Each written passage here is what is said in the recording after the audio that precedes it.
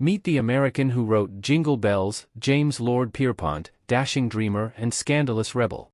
Born in Boston, fought for Confederacy, wrote holiday classic tune that's still topping pop charts nearly 175 years later. Free bird James Lord Pierpont spent his life dashing through American history like it was his own one-horse open sleigh of adventure. Born the son of a preacher, he became a Boston whaler, Navy sailor, feckless father, California dreamer, real-life rebel and Confederate cavalryman. Pierpont also wrote songs. He crafted bellicose but forgotten Dixieland war anthems and also one of the most familiar tunes in human history. Pierpont wrote the joyous winter jaunt Jingle Bells. He'd be a very fascinating subject to psychoanalyze. Christopher Klein, a Massachusetts historian and authority on the world's most celebrated sleigh ride, told SSN 24 News Digital. He has a true rebellious streak in him. Yet the rebel's song Jingle Bells is so embedded in mainstream culture that its first three notes alone are instantly recognizable to millions of people around the world. Frank Sinatra's version of Jingle Bells, which he first recorded in 1948, is number 28 on the Billboard Hot 100 this very week. Pierpont's composition is sandwiched between hits by contemporary superstars Taylor Swift and Doja Cat, right now, today, nearly 175 years after he wrote it. Jingle Bell Rock, by Bobby Helms, released in 1957, retells the tale of riding on a one-horse sleigh, first published by Pierpont exactly 100 years earlier. The annual Helms hit is number 3 today on the American music charts. Two American cities, Medford, Massachusetts and Savannah, Georgia, proudly offer competing claims as the birthplace of the timeless tune. Almost everything we know about this beloved standard of American songcraft, however, is debated, wrong or misunderstood, including our faith in it as family-friendly Christmastime fare. Jingle Bells was most likely conceived as the boastful tale of a fearless renegade chasing high-speed thrills in woods dark and deep, with a young lady by my side. A belle named Miss Bright made Pierpont's spirit sparkle that night. A delusive golden dream. James Lord Pierpont was born in Boston, Massachusetts on April 25, 1822, to Mary, Lord, and Reverend John Pierpont. His father was a Unitarian minister and a prominent abolitionist at a time when calls to end slavery poured from the pulpits of Boston. Pierpont pursued personal glory. He was 14 years old when he set sail on a whaling ship, then served in the U.S. Navy, returning at age 21 to start a family. Dreams of adventure trumped fealty to fatherhood. Pierpont chased fortune in the California gold rush of 1849. He reportedly left his first wife, Millicent, and 2 children to live with his parents in Medford, Massachusetts, where his father was ministering. The West Coast proved a delusive golden dream, he wrote in the 1852 tune, The Returned Californian. Sheriffs running after me with pockets full of writs, he laments of his embarrassing flight from creditors and the law. I oughter travel homeward but they'll laugh at me, I know. Rather than face the music in Boston, Pierpont built a new life by making music at a Unitarian church in Savannah where his brother, Reverend John Pierpont Jr., was minister. Pen and piano proved no match for the allure of sword and rebellion. Private Pierpont rode horseback for the Georgia Cavalry after the outbreak of the Civil War in 1861. He reportedly fought in the failed Confederate defense of Atlanta and Savannah against General William Tecumseh Sherman's Federal forces. The Southern soldier defied his family as well as his birthplace. Pierpont's reverend father was a chaplain with the Massachusetts Infantry fighting for the Union Army. A body tale of two cities. Pierpont wrote the music and lyrics to Jingle Bells in the 1850s, sometime amid his daring deeds on land and sea. It was published in Boston in 1857, originally under the title One Horse Open Sleigh. The date and location of the song's origin are both sources of considerable public dispute between Medford and Savannah. The music was copyrighted while Pierpont lived in Savannah. The city's tourism board, Visit Savannah, wrote in a statement to SSN 24 News Digital. Furthermore, Pierpont married a Savannah girl named Eliza Jane Peirce, the daughter of Savannah Mayor Thomas Peirce. Former Medford Mayor Michael McGlynn counters with a richly detailed origin story.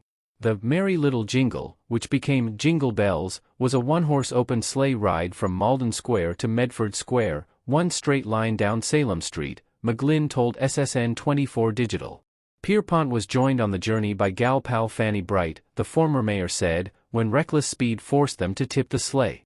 The friends were in a jovial mood, the mayor noted, perhaps fueled by liquid warmth on the frosty New England night. They laughed off the accident, knocked on the door of tavern keeper Mrs. Otis Waterman, and asked to use her piano. They penned the whole event into a song then and there, McGlynn claims. He added with an audible gleam in his voice, Pierpont's father was the minister here at the Unitarian Church. So we know the story is true. Both cities may be wrong. Who's to say he didn't write the song while living in California? Dr. Christopher Hendricks, a professor at Georgia Southern University in Savannah, told SSN 24 News Digital. I think we need to add San Francisco to the list.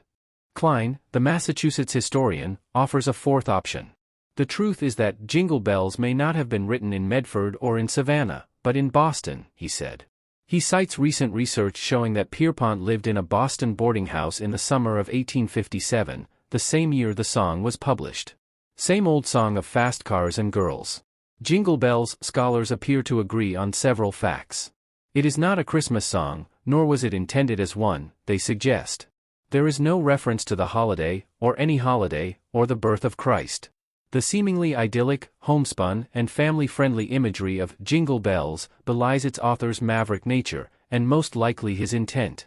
The version the public knows from constant radio and home soundtrack play each December includes only Pierpont's first verse and chorus.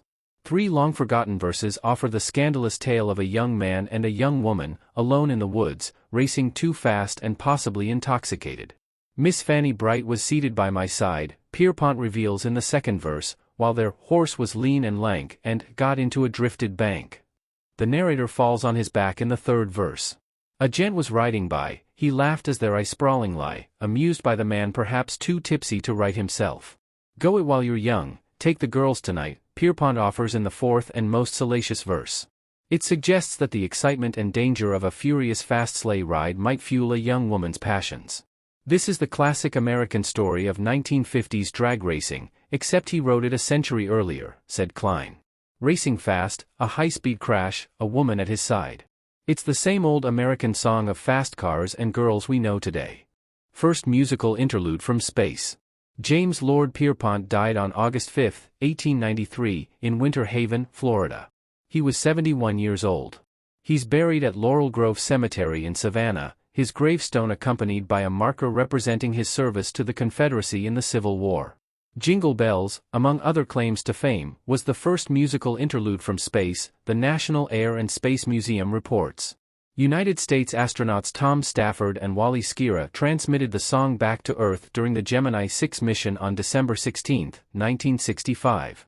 The sound of a tiny harmonica, accompanied by small sleigh bells, could be heard playing the well-known holiday tune, Jingle Bells, the museum notes, adding that Schirra played the harmonica, while Stafford jingled the bells.